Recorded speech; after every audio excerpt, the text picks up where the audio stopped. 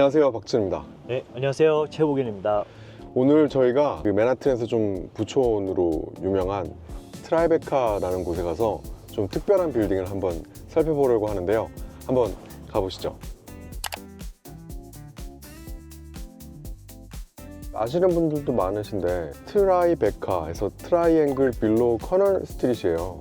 이 동네가 무역과 이런 물류 중심 지역이었어요, 예전에는. 근데 지금은 맨하튼 다운타운, 특히 이제 서쪽 로어 웨스트 쪽에서도 가장 좀 부촌으로 잘 알려진 동네죠. 지금 우리가 가는 곳은 트라이베카 안에서도 제일 좀 상징적인 곳이라고 보시면 될 것 같아요. 서울하고 비교를 한다면은 네. 그 서울의 어떤 동네하고 비교할 수 있을까요?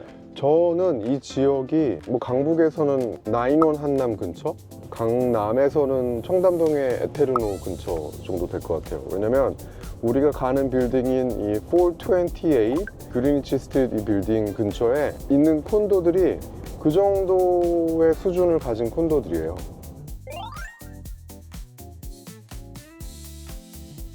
세븐틴 베스트 스트리트 잘 지었어요. 여기 엔트랜스가 마음에 들더라고요. 여기. 이 안에 또 이런 비싼 빌딩들은 콘도도 이렇게 안에 콜트야드가 이렇게 있어요. 너무 멋있다. 그래서 이 안에 들어가 보면 저렇게 사람들이 프라이빗하게 확실히 그런 셀럽들이 저런 프라이빗 엔트랜스 같은 데를 보면 더 끌려하는 것 같아요. 1800년대에 지어진 인쇄 공장이었다고. 인쇄 공장인데 이 안에 중정이 있어요. 그래서 보면 차가 어디로 들어가? 잘 안 보이죠? 파파리치들이 이 안에 있는 사람들을 찍기 위해서는 이런 문을 통과해서 들어가야 돼. 그러니까 차도 여기서 내려서 들어가는 게 아니라 이런 데로 들어가는 거예요. 그리고 이쪽은 크게 분주하지 않아서 좋은 것 같아요. 와, 이것만 봐도 영화네. 너무 멋있어요. 그리고 여기 근처에 그것도 있잖아요. 유명한 그 스카이워크? 해가지고 건물 사이에 있는 다리. 맞아. 네. 거기가 정식당 근처잖아. 저희가 지금 막 도착했는데요. 제가 보기에는 이 건물이 한 5층짜리 건물로 보이는데 이 특징에 대해서 좀 말씀해 주실 수 있나요? 이 전체 빌딩이 한 블락처럼 연결되어 있는 것처럼 보이지만 사실 뒤에서 보이시는 이 두 개의 조그만 도어가 있고 그 위로 이제 직사각형으로 5층으로 올라간 빌딩이에요. 1880년도에 지어졌고 1층하고 지하 1층은 일본 오마카세 식당으로 되어 있고 2, 3, 4, 5층은 한 가족이 거주하는 임대형 주택으로 보시면 됩니다. 가격은 1층에서 24,000불 정도 임대료를 내고 계시고 2, 3, 4, 5층 주거 유닛도 26,000불 정도 내고 계세요. 현재 시장에서 봤을 때는 한 캡레이트 한 4.5% 이 정도 선에서 거래가 되지 않을까 싶고요. 가격대는 한 10밀리언에서 플러스 마이너스 정도가 되지 않을까 싶어요. 또 가격을 말씀해 주셨는데 세금이 중요하잖아요. 그렇죠. 세금은 얼마 정도 하나요? 사실 맨하튼에서 이 커머셜 빌딩을 사실 때 세금에 대해서 좀 간과하실 때도 있는데 이 빌딩은 텍스 클래스 1이에요. 텍스 클래스 1은 뭐냐면 주거 유닛으로 구성되어 있고 그리고 한 1가구에서 3가구까지 구성되어 있고 또 상업시설이 있다고 하더라도 면적상으로 적은 부분을 차지해야지 텍스 클래스 1으로 되는데 그 이야기를 왜 말씀드리냐면 지금 이 빌딩에서 내고 있는 한 35,000불 정도 되는 수준이 상당히 낮은 거죠. 보통 한 10밀리언 정도 하면은 한 10만 불 이상 내는 곳들도 많고요. 이 텍스 클래스 1은 5년 동안 뉴욕시에서 올릴 수 있는 텍스의 인상률이 한정되어 있어요. 내가 이 빌딩을 소유하면서 급격한 세금 인상으로 인해서 어떤 그런 수익에 대한 변화가 있거나 이런 급작스러운 부분에서 상당히 자유롭고 안정적으로 수익을 볼 수 있는 그런 빌딩으로 보시면 될 것 같아요. 이 트라이베카가 동네가 좋아서 제 생각에는 임대도 빨리빨리 잘 될 것 같긴 한데 네. 임대 상황은 어떤가요? 현재 빌딩의 오너께서 1층에 레스토랑을 운영하고 계세요. 아자부라는 식당인데 미슐린 원스타를 받은 식당이거든요. 근데 이분들이 이제 일본으로 철수를 결정하시면서 이 식당이 임대로 나왔고 또 저희 회사에서 비슷한 컨셉의 레스토랑을 또 임대를 지금 거의 계약 막바지에 와 있고 2, 3, 4, 5층에 원 패밀리로 되어 있는 이 임대 유닛이 저희가 시장에 내놓은 지 불과 20일 전후로 임대가 됐어요. 그만큼 임대에 대한 수요가 높고 이 주변의 4베드룸의 임대료가 한 35,000불에서 많게는 8만 불까지 임대료를 받는 곳이 있어요. 그런 면에서 봤을 때 상당히 이 경쟁력이 있는 빌딩이다 진짜. 제가 보기에는 겉보기가 약간 허름해 보여서 이 내부 상태가 좀 궁금한데 혹시 리모델링이나 그런 게 되어 있나요? 사실 저희가 이제 2, 3, 4, 5층을 신규 임대하면서 어느 정도 레노베이션을 하긴 했는데 들어온 테넌트 분들께서도 본인들이 좀 많은 임프루브먼트를 하셨어요. 그래서 내부도 상당히 잘 정리가 되어 있고, 그리고 이제 저희가 이 오마카세 식당을 손쉽게 임대를 할 수 있었던 이유 중에 하나는 기존에 있던 식당이 레스토랑 그룹이다 보니까 키친 설비라든지 뭐 조명, 기타 등등 식당을 운영하기 위해서 모든 설비가 좀 잘 갖춰져 있다라고 보시면 될 것 같아요. 주변을 좀 돌아볼 건데 이제 여기는 바로 한블락이잖아요. 여기가 443 그린위치 스트릿이에요. 성처럼 둘려져 있는 콘도인데 이 월드스타들이 거주를 많이 한다고 소문이 났어요. 여기 맥라이언도 여기 살고, 누가 보시도 아는 분, 라버트 드니로. 로버트니로 네. 여기 살고 계시고, 작년에 이 빌딩의 펜트하우스 중에 하나가 클로징이 됐는데 빌 게이츠의 장녀가 51밀리언에 샀거든요.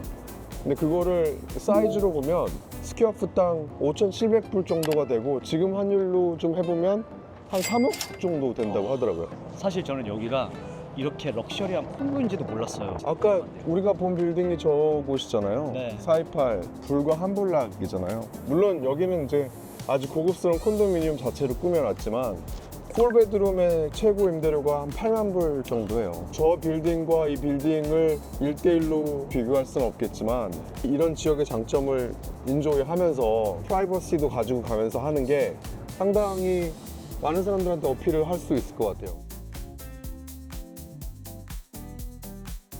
좀 전 건물에서 저희가 한 블락 정도 내려왔는데 네, 저기 보이는 저곳이 세븐데이 베스트리 네, 맞나요? 맞아요. 저기도 저 콘도와 마찬가지로 좀 셀럽이나 유명한 분들이 거주를 하시나요?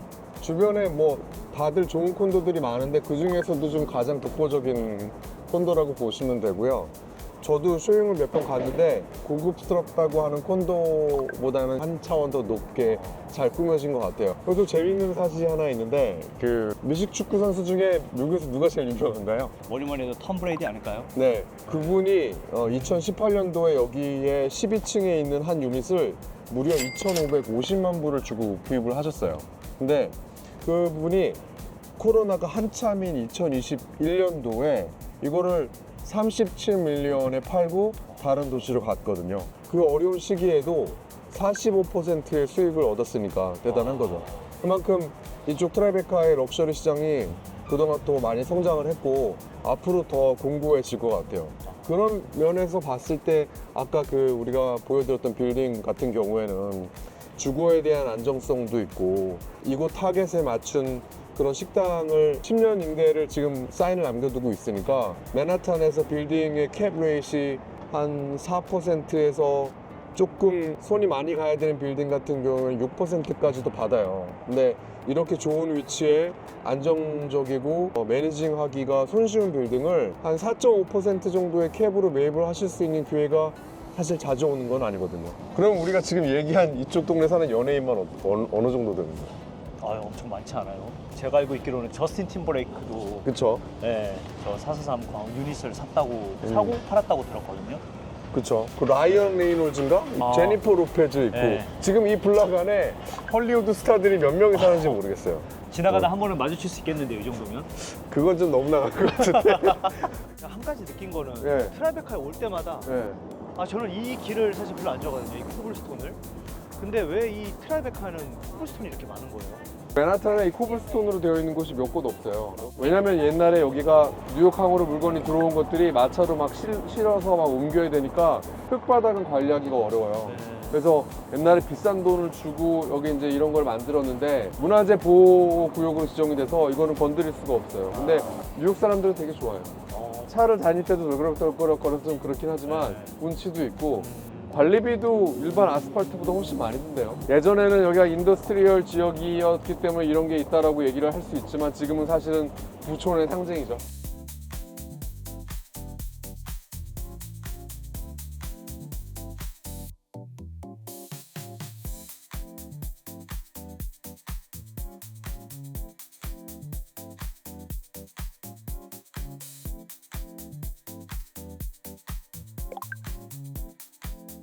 제가 차에서 나인홀 한남 이야기를 했고, 그리고 청담동 에테르노 얘기를 했잖아요. 나인홀 한남 같은 경우에는 1억 5천에서 2억인데 뭐 지금은 한국도 고가주택이 많이 올랐으니까 거의 가격 변화에서는 같은 레벨이라고 보시면 될 것 같고, 그런 좋은 동네에 되게 유니크하게 텍스까지 프로텍션이 돼 있는 빌딩을 사실은 코로나 전에는 눈 씻고 찾을 수가 없었죠.